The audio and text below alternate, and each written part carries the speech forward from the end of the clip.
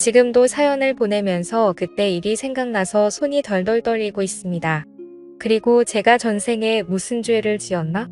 그래서 이렇게 마음에 벌을 받는 건가 고민하고 눈물을 흘리며 찢어질 것 같은 가슴을 부여잡으며 이 사연을 보냅니다. 저는 시골로 귀향했었던 50대 남자입니다. 저와 아내는 전부 다 도시 출신의 직장까지 도시에서 살아온 말 그대로 도시촌 사람이었습니다. 저 같은 경우에는 할아버지 댁이 시골이어서 어릴 적에는 논밭에서 놀기는 했었지만 즐거운 추억은 그때뿐이었고요. 아내의 경우에는 논밭이 있는 시골을 가본 적이 없는 전형적인 도시 여자였죠. 하지만 제가 사업을 하면서 돈을 많이 벌게 되었습니다. 어느 날 아버지가 오시더니 고향에 사시는 친척 어르신 중에 사정이 어려워서 집을 싸게 내놓으신 분이 계신데 너가 좀 비싼 가격에 사주면 안 되겠니? 라고 하셨습니다. 아버지의 부탁이고 제 기준에서는 비싼 가격도 아니었기 때문에 그냥 제가 그 집이랑 주변 땅을 사뒀습니다. 그때만 해도 아버지의 체면을 위해서 사둔 거지 전혀 관심은 없었습니다. 그렇게 아무 생각 없이 말하고 잊고 지냈습니다. 근데 50대 넘어서니까 자식은지 혼자 큰 줄 아는지 반항이나 하고 게다가 제가 하는 사업이 지금은 휘청거리면서 경제적으로 힘들어지더군요. 그래서 여기저기 지인들에게 부탁을 했지만 아무도 도와주질 않는 겁니다. 제가 잘 나갈 때는 간쓰게도 빼줄 것 같던 사람들이 그리고 제가 그토록 도와줬던 사람들이 제가 어려워지니까 면을 싹 바꾸는데 괜히 사람이 비워지더군요. 자식이 싫어지고 사람이 비워지니까 아무래도 도시 속 사람이 두려워지니까 떠나고 싶어졌습니다. 그냥 아무도 모르는 곳에 가서 머리를 식히고 싶더군요.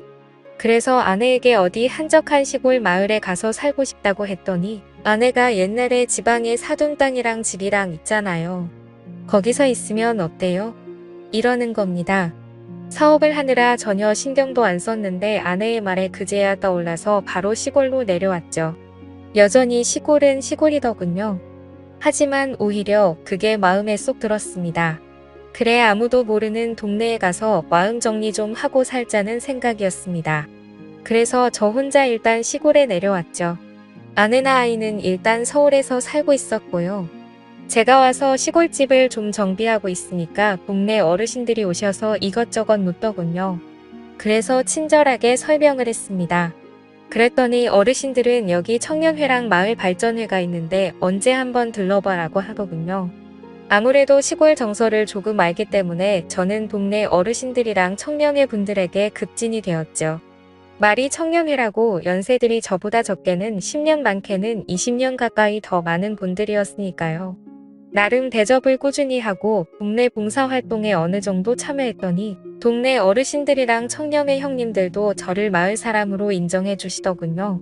그리고 친해진 뒤에 술자리에서 이런저런 이야기를 하면서 보니까 청년회 형님들 중에는 햇볕택도 올리고 옷을 후줄근하게 입어서 늙어 보이는 것뿐이지 몸이 저보다 다 건장하고 근육이 넘치는 분들이 많으셔서 놀랐습니다. 그래서 제가 역시 도시 사람들보다 농촌에 계시는 분들이 건강하다니까요 하면서 감탄을 하기도 했어요. 그 이후로는 일사천리였습니다. 마을 사람으로 받아주니까 저를 도와서 마당을 꾸며주는 형님도 계셨고 전기부터 전화까지 아름답게 소개를 시켜주셔서 생활에 불편함 없이 해주는 형님도 계셨습니다. 아무래도 평생을 보고 지내온 분들끼리 살아온 촌이라서 그런지 외지인에 대한 거부감은 크지만 한번 자기 사람이라는 생각을 하시면 적극적으로 도와주시더라고요. 그렇게 어느 정도 마음을 터놓으니까 일자리도 알아봐 주셨습니다. 특히 제가 사업을 한창 할 때 그나마 시간 내서 즐겼던 일이 낚시였는데 주변의 낚시터에서 일하라고 자리까지 알아봐 주셨습니다. 솔직히 제가 일을 할 만큼 돈이 쪼들릴 정도는 아니었습니다. 모아둔 돈도 어느 정도 있었고 사람이 싫어서 내려온 거지 일을 하려고 귀농을 했던 건 아니었으니까요. 하지만 형님들은 사람이 놀면 안 된다면서 일자리도 알아봐 주시고 저 혼자 있다면서 반찬이랑 식사도 매번 주시는 겁니다. 그때는 역시 진심은 통하는구나 생각했죠. 그 후에 아내랑 아들도 가끔 시골로 내려와서 시간을 보냈고 저는 있는 돈 없는 돈 끌어모아서 낚시터를 인수해버렸습니다. 개벌은 난 못 준다고 사업하는 버릇이 남아서인지 이리저리 홍보도 하고 낚시터 관리를 열심히 했더니 나름 인기 있는 낚시터가 되더군요. 이젠 일도 익숙해지고 마을 사람들과 호영호재하면서 친해지니까 아내를 시골로 불러도 될 것 같았습니다. 아이도 대학에 들어갔고 어차피 떨어져 지는 시간도 꽤 됐고 이만하면 전원 생활을 누리면서 지친 몸과 마음을 치료하면 되겠다라는 생각이었습니다. 그 말에 아내도 흔쾌히 응해줬어요. 그래서 아내는 대학 기숙사에 들어간 아이를 두고 서울에 있는 걸 모두 정리한 채 시골로 내려와 저와 함께 전원 생활을 시작했습니다. 처음에는 아내가 굉장히 즐거워하더군요.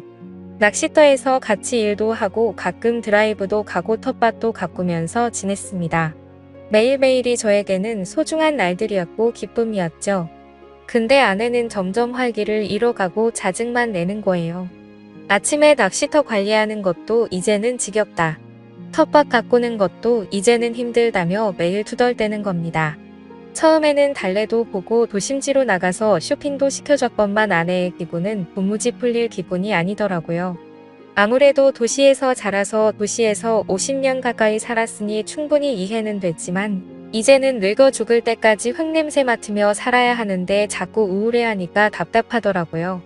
그래서 하루는 아내에게 당신 뭐가 불만이야? 서울로 다시 가고 싶어? 라고 물으니까 그건 또 아니랍니다. 그래서 다시 아내에게 이젠 여기가 제2의 고향이야. 난 다시 서울로 가고 싶어도 갈 수 없어. 불편한 건 좀 있겠지만 조금만 참자 제발 이렇게 통사정을 했죠. 아내도 그러겠다고 대답은 하더군요. 너무 힘들어서 주변 어르신들과 청년 형님들에게 이야기를 했더니 그런 일들이 예전부터 쑥도록 했다면서 특히 청년 형님 중 한 분은 우리가 너무 무신경했네. 재수씨가 좀 쑥스러워하길래 일부러 동네 적응하라는 뜻으로 말도 안 걸고 그랬는데 이참에 마을 잔치라도 한번 열어줘야겠어. 이러는 겁니다. 저는 괜찮다고 극구 사양했는데도 시골 인심이란 게 아무래도 통이 크다 보니까 정말 마을 잔치가 돼버렸습니다. 돼지 한 마리 잡는 수준까지는 아니지만 그래도 고기도 좀 삶고 반찬도 준비하고 동네 어르신들이랑 형님들 그리고 여러 아주머니들이 제 아내만을 위해서 전부 나서서 잔치 같은 환영식을 열어줬죠. 처음에는 쑥스러웠던 아내도 그날은 굉장히 즐거워 보였어요. 술도 한잔하고 마을 사람들하고 친해지니까 아주 생기가 돌아 보였습니다. 그래서 술도 마셨겠다 기분도 묘하게 좋아져서 그런지 그날 밤에 아내랑 오랜만에 행복한 시간도 보냈습니다. 이제부터 모든 게 잘 풀릴 거라 생각했습니다. 아내도 예전보다는 기운을 좀 차린 것 같았고요. 그래서 낚시도 일을 마치고 와보면 아내는 동네 청년 형님들과 마을 일을 돕고 있거나 아니면 집 앞 텃밭을 가꾸고 요즘은 인터넷으로 정원 가꾸기 이런 걸 보면서 공부도 하더라고요. 그 모습을 보면서 흐뭇했죠. 하지만 아내의 비밀을 알게 된 건 몇 달이 지나고 나서부터입니다. 아무래도 새벽에 나가는 일이 많다 보니까 저녁에 일찍 잠을 자는 편이었는데 그날따라 잠을 굉장히 일찍 깼어요. 대충 새벽 1시쯤 된 것 같더군요. 목이 말라서 물을 마시고 방으로 들어와 보니까 아내가 없는 겁니다. 가끔 제 코 고는 소리가 싫다면서 딴 방에 가서 혼자 자는 경우가 종종 있어서 별로 신경 안 쓰고 다시 잠을 자려고 했습니다. 근데 뭔가 거실 쪽에서 누가 왔다 갔다 하는 소리가 들리는 거예요. 살금살금 걸어가는데 옷감이 서로 삭삭 스치는 소리였습니다. 워낙 시골이라 조용하고 한 번 신경 쓰이니까 그런 발소리에 옷감 스치는 소리까지 들리는 겁니다. 아내가 왜 저러나? 라는 생각에 잠 안 자고 살금살금 고양이 걸음을 왜 하는 거야? 하면서 나가봤더니 아내가 현관문 앞에 서 있는 겁니다. 깜짝 놀라서 거기서 뭐해? 그랬죠. 그랬더니 잠이 안 와서 잠깐 나갔다 왔다는 겁니다. 처음에는 그런가 보다 했죠. 근데 몸에 풀이 좀 묻어 있는 겁니다. 아니 어디까지 나갔다 왔길래 몸에 풀이 묻어 있어? 라고 하니까 아내는 깜짝 놀라면서 유 앞에 갔다 오는데 좀 묻었나 보네. 이러는 겁니다. 그래서 농담으로 모르는 사람이 보면 어디 논밭에서 뒹군 사람으로 보여? 라고 했더니 아내는 눈에 쌍심지를 켜고 아니 무슨 말을 그렇게 해? 내가 새벽에 나가서 어떤 놈하고 뒹굴다가 왔다는 거야? 이러는 겁니다. 반응이 너무 거세서 좀 놀랐죠. 아니 농담으로 그런 거지 누가 진짜 그렇다고 믿겠어? 그 말에 아내는 상당히 기분이 나쁘다는 투로 당신 나한테 그런 말 하지 마. 엄청 기분 나빠 이러면서 다른 방으로 들어가서 잠을 자더군요. 그때만 해도 거참 별거 아닌 것 같고 엄청 화를 내네. 라고 생각했습니다. 그 이후로 그 일은 잊고 지낼 정도로 바쁘게 살았습니다. 낚시터 관리하고 서울에서 지인들의 도움으로 다른 일도 벌이게 되니까 한 달에 며칠은 서울로 올라갔다 내려오기도 하고 귀농을 한 이후로 뭔가 일이 잘 풀려가더군요. 아무래도 몸도 마음도 안정이 돼서 그런가 보다라고 생각했습니다. 그날은 서울에서 회의가 늦게 끝나서 아침 일찍 내려갈까 하다가 그래도 잠은 집에서 자려고 새벽쯤에 시골집에 도착을 했죠. 문을 열고 들어가니까 아내는 자고 있더라고요. 근데 주방에 누군가랑 술을 마신 듯이 어지럽혀져 있고 낌새가 좀 이상한 겁니다. 도대체 누굴 데리고 와서 술 마신 거야? 라는 생각이 들더군요. 제가 좀 깔끔을 떠는 성격이라 피곤해도 술병이랑 안주 널브러진 것은 치우고 자야 했거든요. 그래서 이것저것 치우는데 의자에 못 보던 열쇠 꾸러미가 있는 거예요. 보아하니까 바지 허리춤에 채우는 창고 열쇠 꾸러미였습니다. 이게 왜 여기 있지? 누구 거지? 궁금하더군요. 그래서 다음날 아침에 아내에게 열쇠 이야기를 꺼내니까 어제 청년의 형님이 오셔서 간단하게 맥주 한잔 했어. 그게 뭐 잘못됐어? 이러는 겁니다. 마을 사람이 우리 집에 올 수도 있고 맥주 한잔 나눌 수도 있겠지만 열쇠까지 떨어뜨리고 갈 정도로 정신이 없었다는 게 이상한 거죠. 농사 일을 해보신 분들은 알지만 농사와 관련된 열쇠나 농기구들은 기가 막히게 챙기거든요. 그래서 열쇠 꾸러미를 들고 청년의 형님 집으로 가고 있는데 동네 할머니 한 분이 오시더니 요즘 한 사람 소문 안 좋아. 이러는 겁니다. 그래서 제가 무슨 말씀이시냐고 자꾸 여쭤보니까 동네 남자들하고 그렇고 그런 사이라는 소문이 있어. 마누라 간수 잘해. 라는 거예요. 이게 무슨 소리인가 싶더라고요. 동네 남자들이라니요.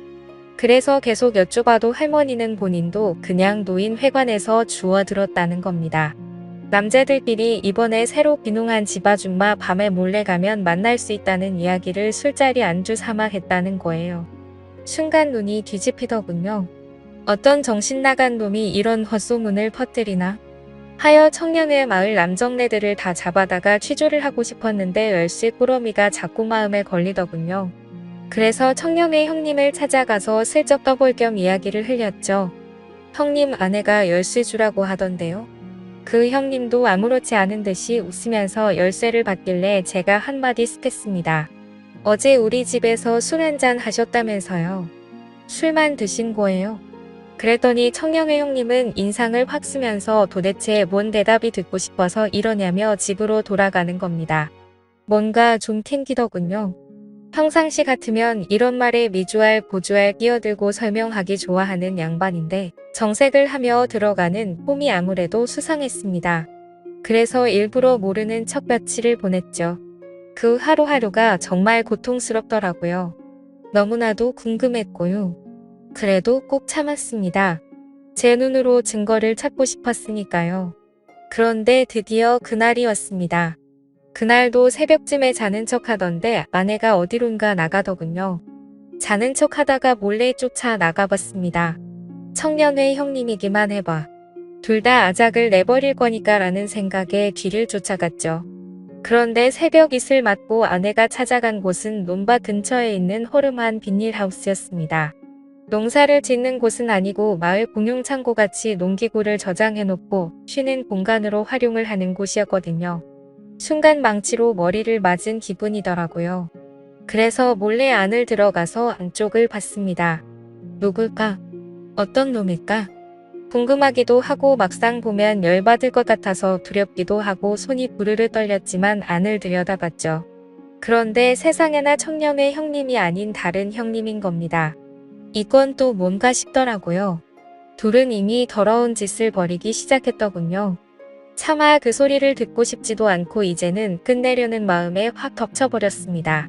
깜짝 놀란 아내와 그 형님은 손발이 되게 빠르더군요. 언제부터 이랬냐며 제가 화를 막 내니까 갑자기 그 형님 입에서 더 충격적인 말이 튀어나왔습니다. 난 오늘이 처음이고 다른 사람들을 몇 번 만났어. 이건 또 무슨 소리인가? 머리가 띵 하더군요. 아내는 여보 지금 이 사람이 정신 나가서 헛소리 하는 거야. 믿지 마.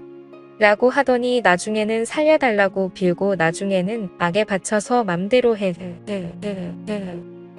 하면서 들어 눕더군요. 하지만 계속 소리를 지르고 난리를 쳤더니 끝내 몇 군데 집을 가리키는 겁니다. 그 새벽에 그 집 문을 발로 차고 들어가서 나와. 우리 마누라 건든 놈들 나오라고 큰 소리를 쳤습니다. 동네가 난리가 났죠. 알고 보니 마을에 체격 좋고 힘 좀 쓴다는데 6놈 그리고 물론 청년의 형님도 껴 있었습니다. 마을 남정네들 대 6놈이 마누라랑 놀아다다더군요. 하늘이 무너지는 기분이었습니다. 그놈들은 제 아내가 먼저 유혹을 했다면서 핑계만 늘어대고 아내는 아니라고 자기는 그런 적 없다고 싹싹 빌고 아주 난장판이었습니다. 조용히 끝내려고 했지만 도저히 안 되겠더군요.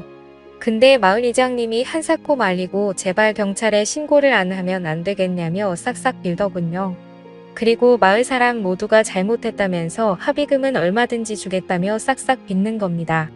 확인을 해보니 무슨 대가성으로 주고 판 것도 아니고 아내가 자발적으로 나섰던 터라 이걸 어떻게 처벌하기도 애매하더라고요. 이제는 더 이상 더러운 쓰레기들이 사는 동네에 도저히 있고 싶지도 않고 아내를 보고 싶지도 않아서 아내와는 이혼을 했고 정신적 위자료를 청구했습니다. 그리고 마을 청년회 놈이랑 몇몇 사람은 탈탈 털어서 꽤 많은 액수의 돈을 받아냈습니다. 어차피 법으로 제대로 엿먹일 수 없다면 돈이라도 왕창 뜯어낼 생각이었는데 촌사람들이 은근히 돈이 많다고 그 돈으로 지금은 서울에서 장사를 하고 있습니다. 정말 잘 먹고 잘 살고 있습니다만 마음 한구석은 정말 쓰리고 아픕니다. 동네 사람들은 지금도 이 일은 비밀로 쉬쉬하고 있다고 하더군요. 정말 파렴치한 아내와 시골 남자들을 생각하면 지금도 피가 거꾸로 솟네요. 저의 긴 글을 읽어주셔서 감사합니다.